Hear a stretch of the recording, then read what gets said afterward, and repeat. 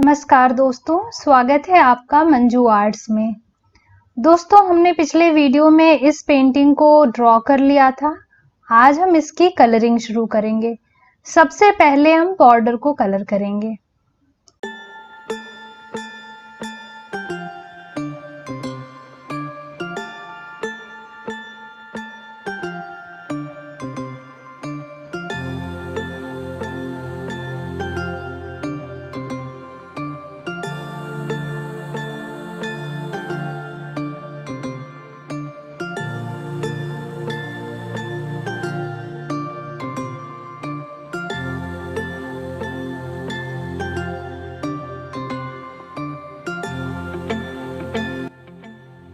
इस तरह से हम इस पूरे बॉर्डर को कलर करके कंप्लीट कर लेंगे। हमारा बॉर्डर कंप्लीट हो चुका है दोस्तों। अब हम माँ पार्वती के दुपट्टे को कलर कर लेंगे।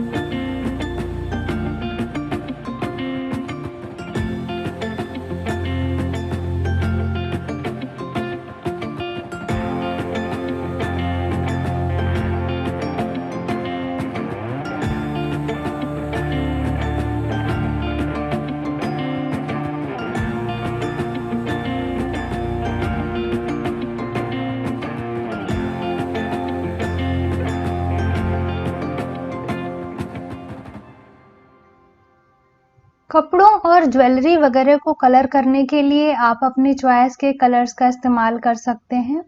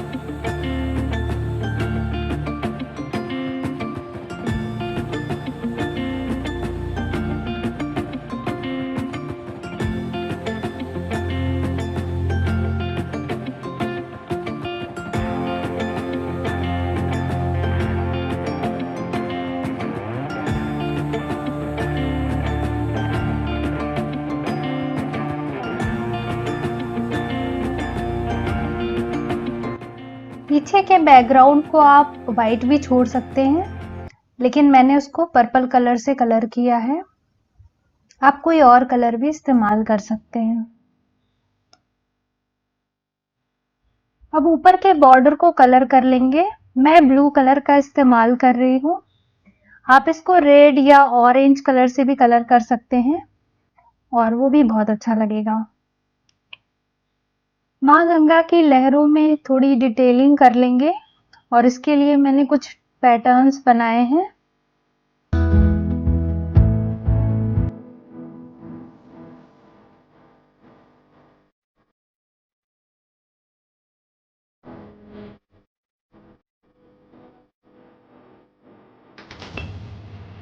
फूलों के बाहरी लाइंस के अंदर भी मैं थोड़ी डिटेलिंग कर रही हूँ।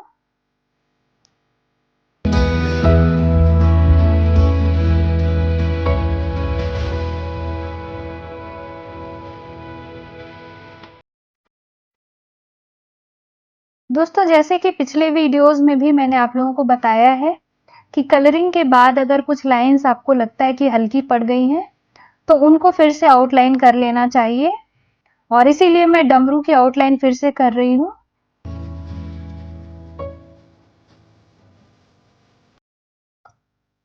दोस्तों, हमारी पेंटिंग बनके तैयार हो चुकी है।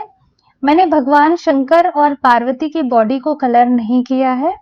आप चाहें तो कलर कर सकते हैं। भगवान शंकर को ब्लू कलर से और माँ पार्वती को स्किन कलर या फिर जिस कलर से आप चाहें। मैंने स्किन कलर बनाना वीडियो में सिखाया है, तो आप जैसे चाहें वैसे कलर कर सकते हैं। दोस्तों, आपको ये पेंटिंग कैसी लगी कमेंट करके जरूर बताइएगा। वीडियो पसंद आया तो वीडियो को लाइक कीजिए और चैनल से अब तक नहीं जुड़े हैं तो चैनल से जुड़ने के लिए सब्सक्राइब जरूर कर दीजिए, ताकि आप ऐसे ही अच्छे अच्छे वीडियोस देख सकें और नई नई पेंटिंग बनाना सीख सकें। बहुत जल्दी मिलेंगे अगले वीडियो में। जय हिंद।